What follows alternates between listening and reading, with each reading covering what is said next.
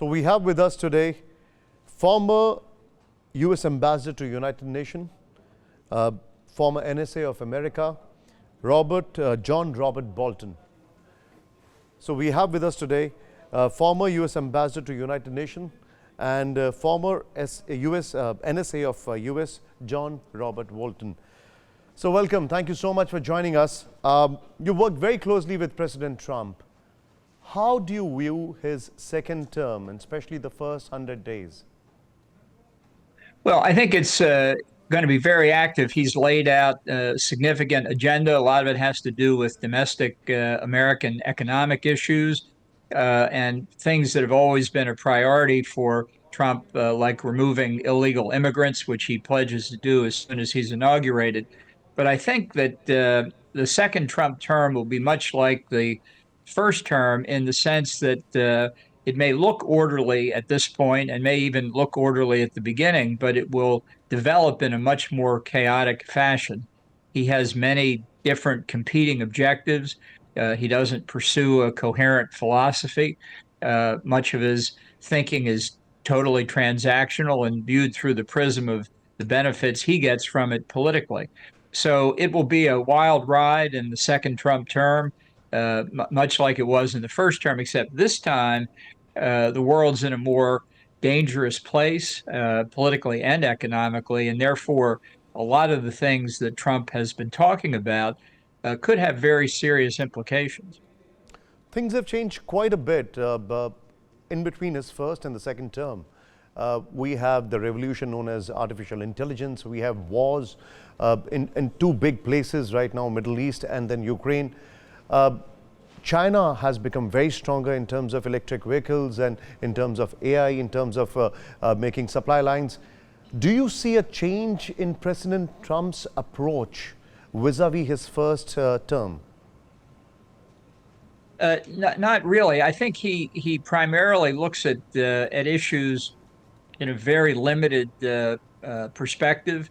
He doesn't think strategically. I think he looks for the big deals. So he could be looking for another economic trade deal with China.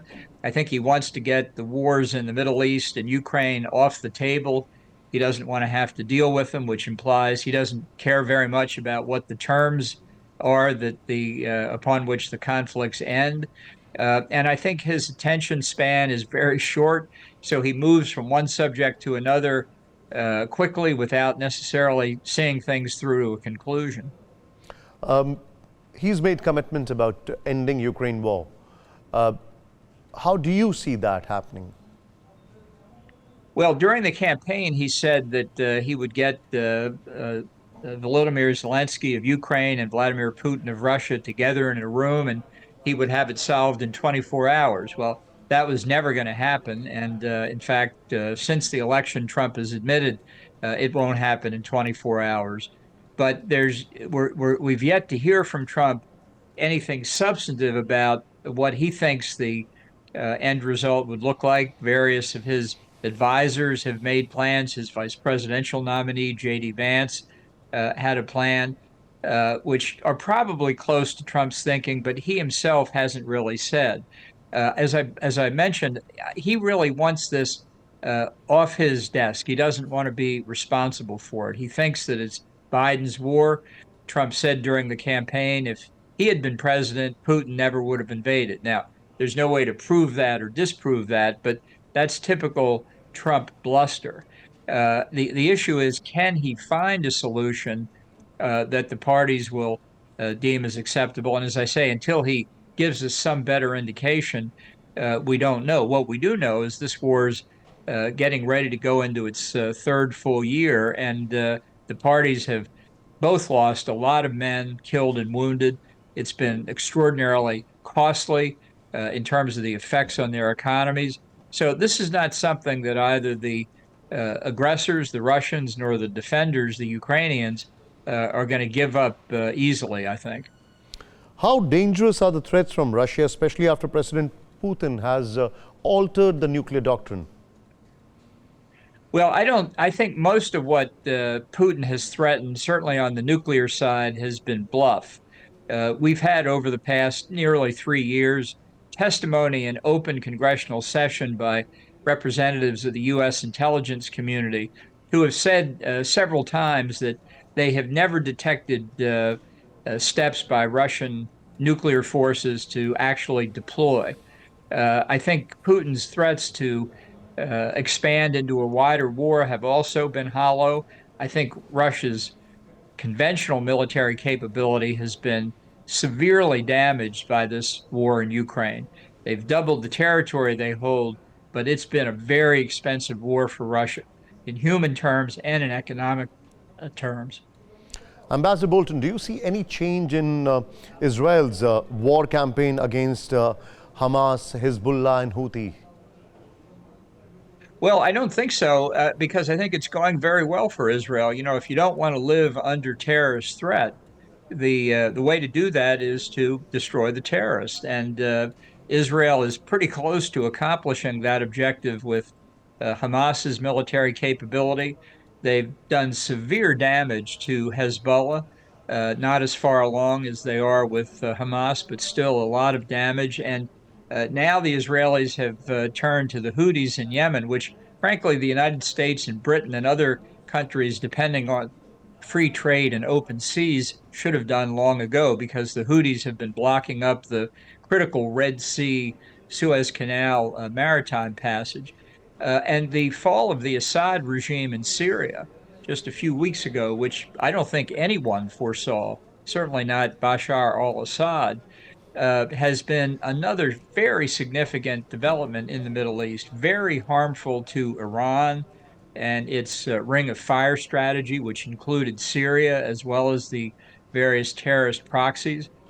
So I think Iran is in a very vulnerable position now. We'll see what happens after the 20th of January when Trump is inaugurated, whether perhaps now the Israelis see the opportunity to strike directly at Iran's nuclear weapons program.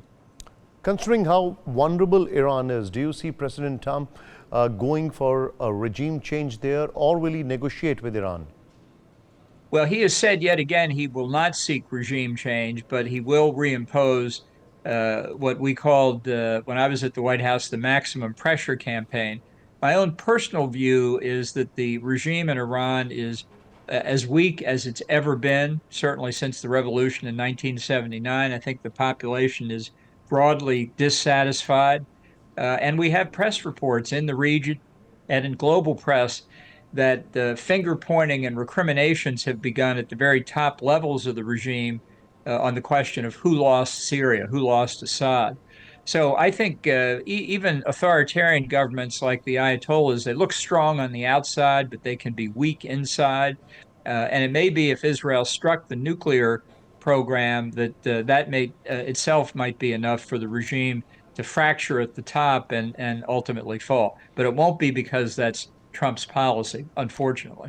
And how volatile is Middle East, considering the fact that Assad is already out of Syria and Turkey is playing a very dominant role? Yeah, look, I think it's a unmitigated plus that Assad is gone, but now we have to deal with the risk of a terrorist state being formed in Syria, a duplicate of Afghanistan. That's obviously not in America's interest or the world as a whole. We'll have to see whether the HTS group that captured Damascus a few weeks ago is sincere when they're saying they're renouncing terrorism. I'm skeptical myself.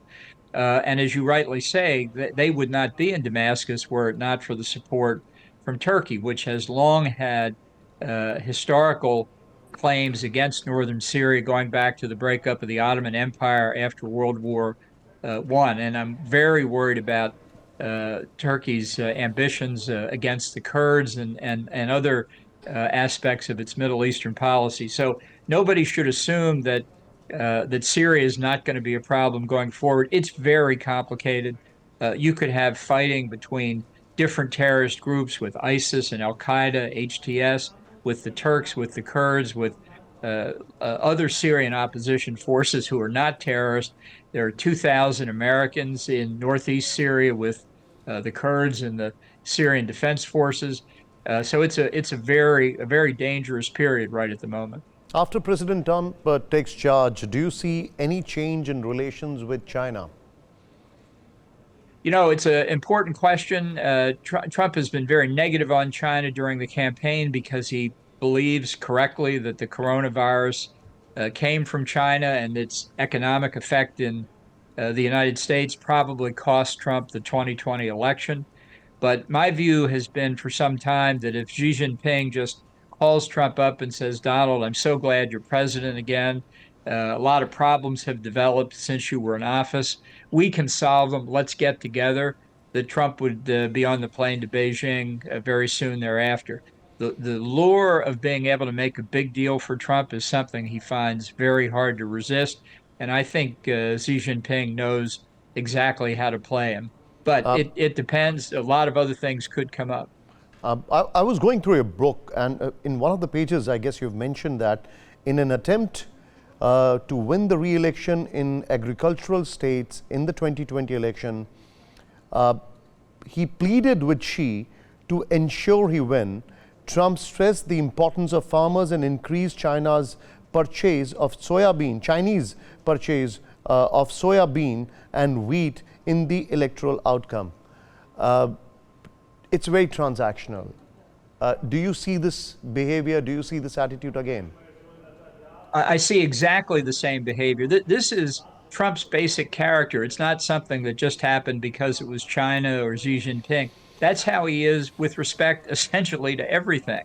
So it's not a philosophically based approach. It's not strategic. It doesn't follow what we all consider to be policy development. It's ad hoc, episodic, and very much transactional and looking at how it benefits Donald Trump.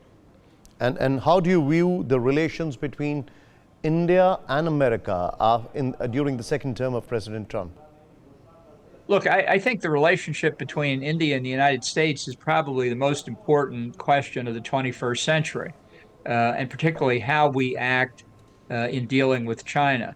I think in the first term, Prime Minister Modi and Trump developed a good personal relationship, but there were a lot of frictions because of trade. That's what Trump obsesses over. I think this is going to be very important to watch to see when Modi and Trump meet again for the first time as Trump assumes the presidency again. I hope it will be soon, and I hope that they talk about something other than trade disputes. I hope they talk about the big strategic picture, how to deal with the China-Russia axis that's forming and has been in formation for the past year or two, and what our respective approaches will be. One big talking point in America and all over the world is the major reforms in H1B Visa system, which Elon Musk has talked about. How do you view this during the second term of President Trump? Well, you know, Trump has made illegal immigration a major campaign theme since he first entered presidential politics 10 years ago now. And one of his top priorities on Inauguration Day will be the beginning of transporting the illegal aliens outside of U.S. borders.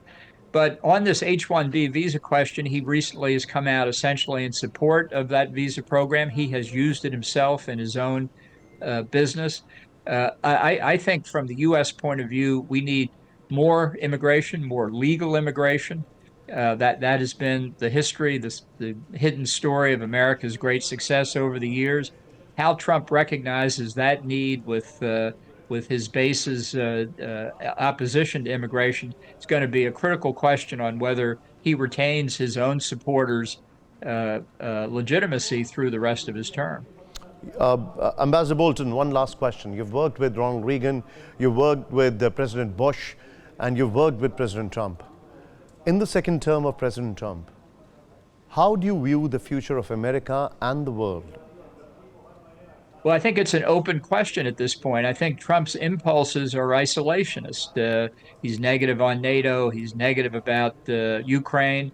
I hope that doesn't turn out to be his policy because it could result in very grave international crises. He's got conflicting advisors. He's named again a team that would, I think, give him different advice on different questions. I think the security of the United States and our prosperity depend on being outward looking and engaged and pursuing a strong foreign policy. I'm not sure that's where Trump is, but as with most things with Trump, you don't know until it becomes public. Ambassador Bolton, thank you very much for joining us.